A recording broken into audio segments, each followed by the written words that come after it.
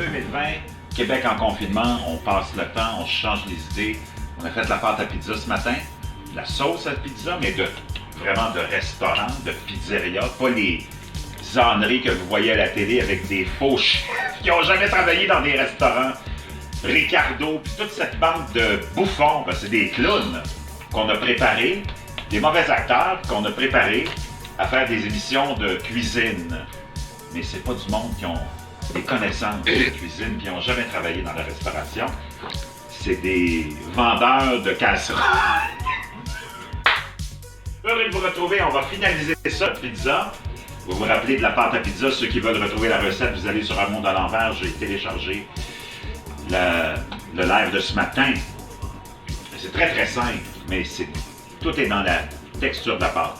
La sauce, c'est la même chose. Je vous ai appris à faire la sauce vraiment d'un restaurant, d'une pizzeria. Donc, on a laissé monter notre pâte. Ça donne ça. Maintenant, on va finaliser. On se prend un morceau de pâte. Moi, je vais faire une espèce de presque une large. Donc, on se prend de bonne quantité, un petit peu plus. Dépendamment si vous aimez ça plus épais ou plus mince. J'ai oublié de vous dire, quand on a fait la pâte ce matin, avant qu'elle ait, vous auriez pu la partager toute en boule, puis la congeler. Et quand vous en avez besoin, vous la sortez, vous la mettez dans le frigidaire le soir, et elle va lever pendant la journée et la nuit. Et elle sera prête et elle sera parfaite le lendemain. Donc, vous voyez, la texture, c'est mou, c'est tendre.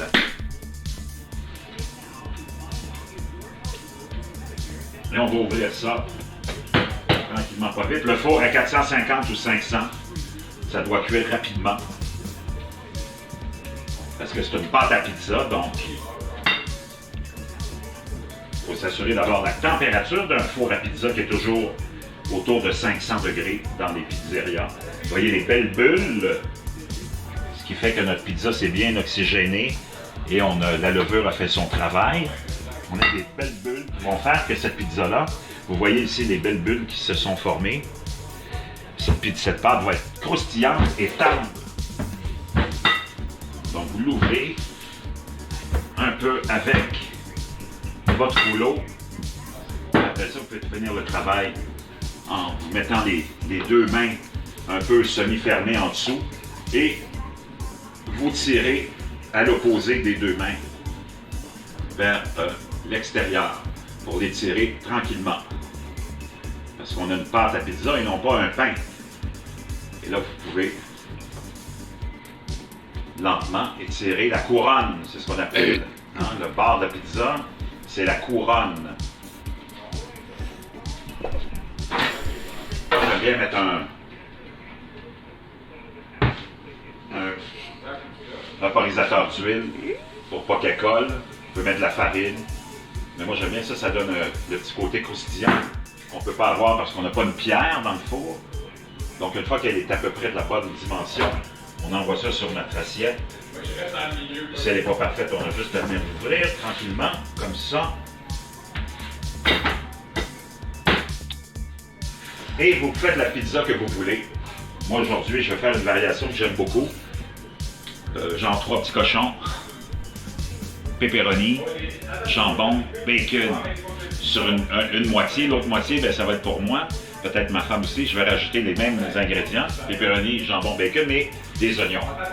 Ce qui donne vraiment, vraiment une saveur incroyable. On a notre sauce ce matin qu'on a faite. Vous vous rappelez de la recette. On ne cuit pas une sauce à pizza.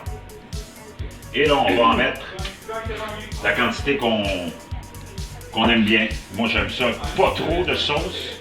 Les enfants non plus, ma femme non plus. Donc, on prend notre cuillère et on tourne l'assiette pour bien étendre la sauce. Si vous aimez ça plus juteux, vous y allez.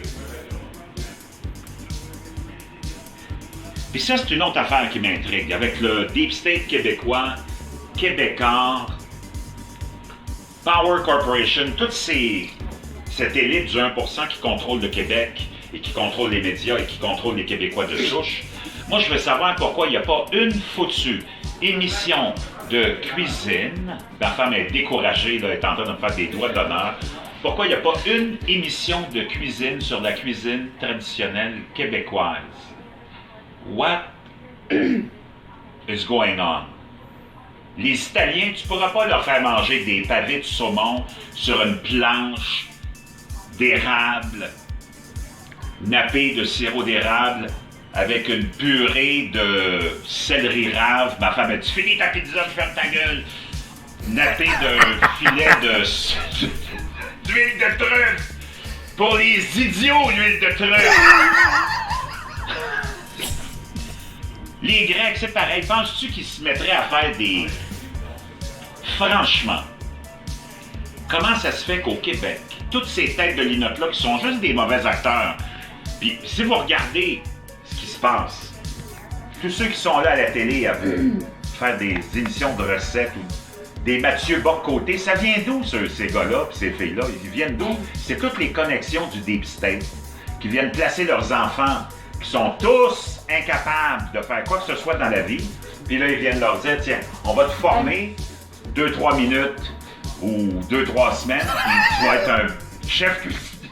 Ils n'ont jamais passé une mop, laver de la vaisselle. Ils n'ont jamais fait un rush dans un restaurant. C'est tout du monde fake. Pizza! Nous autres, on n'est pas fake.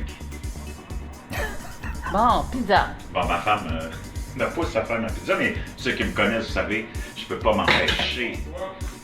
Donc, on y va. J'en mets pas trop non plus de garniture, il y en a qui aiment ça. On étend notre garniture préférée assez également. Hein? T'es cheap ou quoi? Ben oui, cheap, c'est des temps sont difficiles. On est en confinement, puis les chaînes d'approvisionnement commencent à s'assécher. Donc, moi, j'y vais bien parcimonieusement. Bang! Jambon!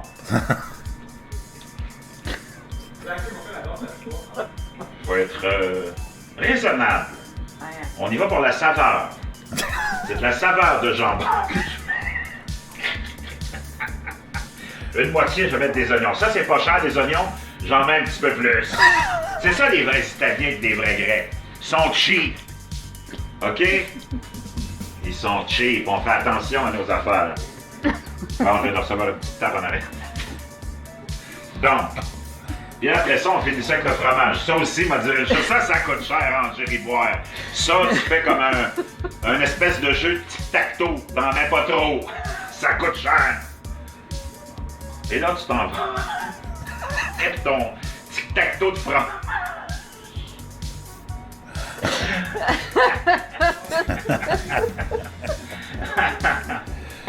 Aïe, aïe, aïe. Et là, ça y est, c'est fait. Et on se retrouve avec notre pizza. Ça, c'est la version Jean Granger, j'en ai marre. Il n'y a pas beaucoup de stock dedans parce que ça coûte cher, les enfants! Ça me fait penser au chauffage chez nous. Ma belle-mère, une Italienne, qui est frileuse dans la soixantaine avancée, quand elle vient faire un tour à la maison, elle porte sa veste ou son manteau parce que chez nous, on ne chauffe pas. Ça coûte cher, le chauffage. Au rez-de-chaussée, tous les radiateurs, ben, il y a les radiateurs qui sont allumés, mais je voulais dire à l'étage où il y a les chambres, tout est fermé. Tout l'hiver. Moi, je chauffe pas. Parce que ça coûte cher. Donc, ceux qui viennent nous visiter puis qui ont froid, ils savent, ils amènent toujours une petite veste. Parce que la température est toujours autour de, puis c'est bon pour la santé, 19 degrés. 20 degrés, je trouve que ça coûte trop cher. Moi, je descends ça à 19, mon chum. Donc, une fois qu'on a parsemé le fromage, parce que ça coûte cher, on l'envoie au four, 450, bye bye baby. Ah, ben non, hey, j'ai oublié le plus important. Oui, parce que tu parles trop. Ma femme me dit c'est parce que je parle trop. Le bacon qu'on va envoyer sur le dessus, en décoration. Tu manges pas une assiette de bacon, là. Ça, c'est la décoration et la saveur, mon chum. Si tu pensais que t'étais pour manger une livre de bacon, no way. C'est comme ça qu'on fait ça. On envoie ça au four. Et on se retrouve dans à peu près 10 minutes. Ça prend pas plus de temps que ça, à peu près 10 minutes. Restez là pour le produit final. 7 avril 2020, on est en confinement, mais ça ne nous empêche pas de se détendre, de changer les idées, puis on a fait de la pizza. Maintenant, on est rendu à la sortir du four.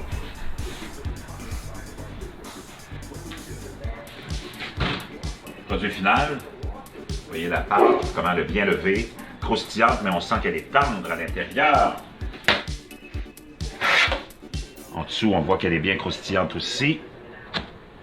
Maintenant, si vous voulez impressionner et faire suer les gens un petit peu, on va utiliser une technique qui m'avait été apprise par imaginez-vous, un Colombien. Il fallait qu'un Colombien me donne cette technique-là. C'était ça, Marco, un Colombien, hein? Qui? Quand on avait notre premier resto, Sam, Oui. on avait loué le resto, le local dans Hochelaga Maisonneuve. C'était pas un Colombien? Non, brésilien. Un Brésilien, imaginez-vous! Mais lui, il avait la petite pizzeria avant, puis on a loué son restaurant, puis on a continué, nous autres, on a opéré nos affaires. Et lui, sa touche finale, c'était, et j'avais trouvé ça génial, parce que ça donne un beau look à la pizza, prendre de l'huile d'olive avec un petit balai et venir badigeonner la couronne, ce qui va lui donner un beau petit look lustré, naturellement, une petite saveur très intéressante. Ma femme se moque de moi encore, mais là, vous voyez, Un beau petit look. Pourquoi? C'est une pizza, tu vas le manger. j'en mets pas beaucoup, hein, ça coûte cher. Et voyez-vous comment c'est formidable. Wow. Le look est différent. Maintenant, je cherche mon couteau pour couper un petit morceau, pour goûter à cette affaire-là. Donc, j'ai ma moitié. On se rappelle, j'avais mis une moitié ici avec des oignons. L'autre moitié, pas d'oignons. Poisonné. Pas d'oignons. On peut voir les beaux trous de l'air qui s'est installé hein, dans notre pizza. Donc, moi, je vais pas laisser, je vais laisser celle-là pour les enfants. Je vais juste en prendre un petit bout de... Un petit bout. Vraiment un petit bout parce que je veux pas manger trop. Parce que ça coûte cher. Ouais. Je vais mettre un petit bout de bacon pareil. Ça, c'est chaud.